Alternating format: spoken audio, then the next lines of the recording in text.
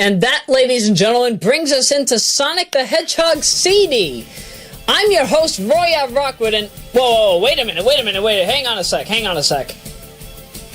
they just play Sonic You Can Do Anything? Did I see a Mega CD 2 splash screen? Or boot up BIOS image? What was that, version 2.11? That's because we're doing the Japanese version soundtrack now, ladies and gentle people. And we're actually going to be taking a little bit of a different approach here. You see, some people from Sonic Retro, I forget their names, they went out of their way to put in the unused samples, which some of them ended up getting used officially in the 2011 re-release or remake by Christian Whitehead and friends. But man, this totally changes up the playing field. Again, in Japan, the soundtrack, also in Europe, except for the Gems Collection version. But yeah, in the international release, we ended up having a different soundtrack because they wanted to use music that was more popular over there for the time. So, you know, so instead of generic rock like we got in the US, they ended up getting, you know, techno. They ended up getting virtually anything that didn't make sense for us to get. So, heck, they even, I think, have a few rap beats here and there, too. I consider Title Tempest Present to be a rap track. I consider Title Tempest Good Future to be a rap track, no matter what you might say about some of the other music in the game. But still, now you will be able to understand why the music in the past sounds more relatable to the Japanese and European sound, the international soundtrack. And for the most part, bear in mind, all this music was just composed by, like, just a few people. That's pretty fucking impressive. And, you know, some games, I don't know how long it took for their music to make, but I know in some cases, like, for example, Hunted P, just to make the lyrics for each rap of Knuckles' themes in Sonic Adventure 2, all it took was one day. One day, he was stuck in this room, had a whole bunch of Japanese people, or at least a whole bunch of people from Sega of Japan looking at him, or at least a good amount of the development team. I don't know if they were all Japanese. I can't be racist towards my own nationality. Yes, I am in part Japanese, at least 3%. It still counts. It still counts. Just like how I'm 2% Native American, over 40% African, contrary to the fact I'm as white as they get. Oh man. But yeah. But for an official video game, sometimes the soundtrack is what's made first. In fact, for every single Sonic game, as of 2010, or 11, when did Adventure 6 come out? When did Vivid Sound Hybrid Colors come out? Because I honestly can't remember. You know what? It was probably 2011, because that was the time that July gave me, he gave me Virtual DJ Home 7. I have Pro 7 now. And I still use Pro 7 more than 8. Duck 8. 8 has some of the worst presets. I can't even set it in the way I want to. Because I use the DSP phaser and reverb. Can't set the phaser to the way I want, so I'm sticking with 7. Yeah, I remember, because that's when I went to making Blue Cube mashup mixes, and even a Melodia mix. Have you ever heard of a certain remix I did on this channel, which basically is just the same song, just different in like 5 or 7 different keystrokes in terms of pitch? It's called Blue Cube. I think it's called Blue Cube Melody X3 remix or something around that. You can't miss it. You can't miss it. And of course, because of the way that I do numbering, yes, I kind of have like a personal phobia in which any number that is below 1,000 and above negative 1,000 has to have a 0 in front of it. So it would be Melody X03. Yeah, I barely ever discuss this as is.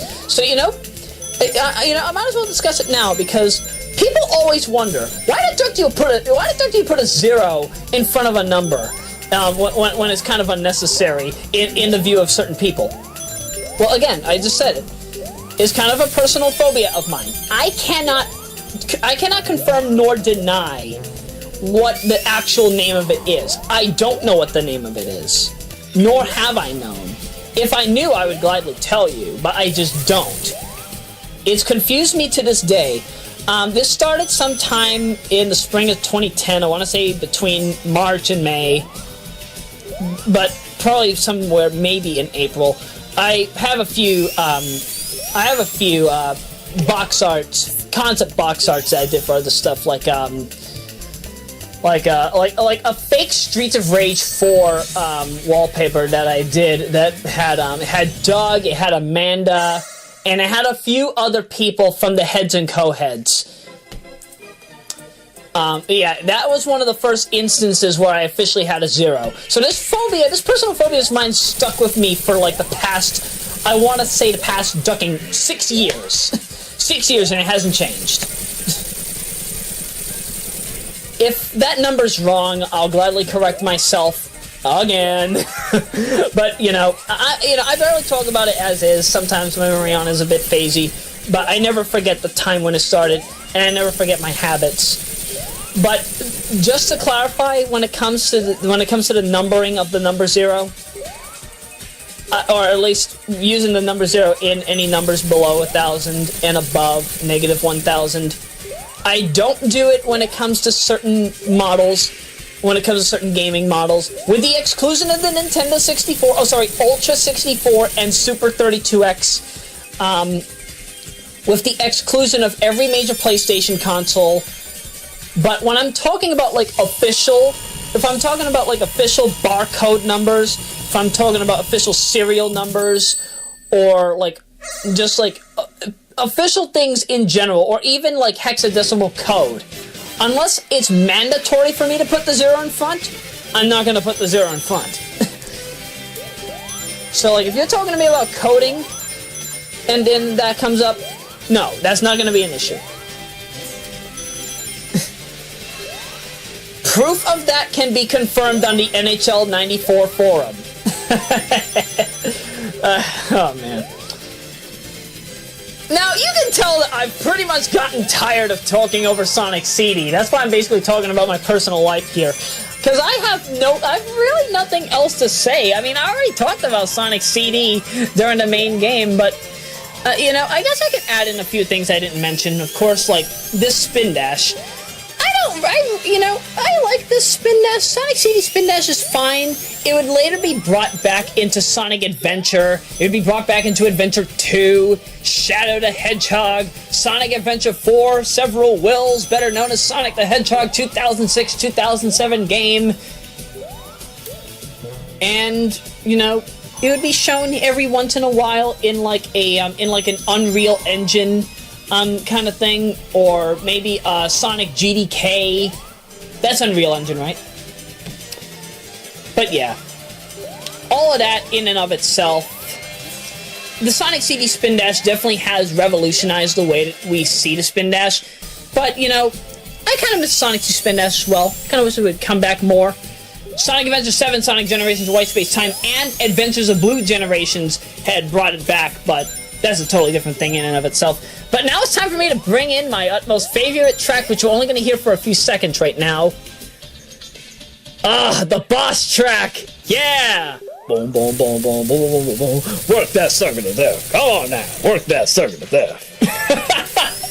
Oh, man, I love it. Work that sucker to death by Xavier. Oh! This game is notable for sampling. I cannot get enough. I just love it. I love it. Sampling at its finest. This game is nothing but samples. Like there's a line, I think it's in Wacky Workbench Feature, and it's like, perfect Technogold. The Technogold, the perfect Technogold, or whatever the duck that guy is saying, would later be used in Sonic Adventure 2 for the Chow Hub, for the Chow World Hub. And when I say the hub, I don't mean like the main portion of the adventure field. I don't mean like the main Chow Garden. I don't mean the Kindergarten. I don't mean the Hero Garden or the Dark Garden. I mean just the main area. That video, you'll know which one I'm talking about. You know the one where Clement is showing off Robotnik just running at a ridiculously fast pace while in the Chow Hub. You'll know exactly which one I'm talking about if you've seen it. Can't miss it. You can't miss it. But yeah, I love that sample. I don't know where that sample comes from. I've never actually looked up the Collision Chaos samples for this game. I know that Bakayoti had made a lot of contributions on who sampled for Sonic CD. If my memory serves correctly. Correct me on that, Bakayoti, if you watched this video for some fucking reason. But I could have sworn you didn't. That's the only reason why I know about certain songs being in, like I want to say Stardust Speedway, because, I'll be truthful, I didn't know that Stardust Speedway had as many samples as it has. The one sample that I am curious about, though, is actually the one... People say it's Fat Albert, but all these years, you know, because some people say it's... which can be a reference to... Hey, hey, hey! But I get... River... You'll know exactly what I'm talking about once you hear it in the official OST. But I always thought that it was an old guy from like some 40s track, some track from the 30s or 40s, or maybe even during World War II, primarily during World War II, just singing something involving river, something involving a river. That's why whenever I hear Stardust Speedway pass, I'm always like river, river, river, river. It doesn't make sense to me for it to be anything else. Is that weird for me to say? Am I the only guy that's thinking this? I hope I'm not. I hope I'm not. That would indeed scare me. For sure. But in all due seriousness. Now, for those of you that decided to just wait for Royameadow After Dark just to watch the Japanese version of this commentary, or the international version, I keep saying Japanese because the soundtrack has never changed to US in the Japanese version, to my knowledge, and I don't think that the 2011 port ever was released on a console in Japan, according to what was mentioned on the cutting room floor. Correct me if I'm wrong on that, anybody in the Sonic scene, please. I don't know if that's true or not. But yeah, as I said before, this special stage is the only one I've ever gotten the Sega record on, alongside Special Stage 4. Special Stages 3 and 4 I can do perfectly, but only if you give me the 1996 PC or Gems Collection version from 2005. I will not do any other version. I just won't.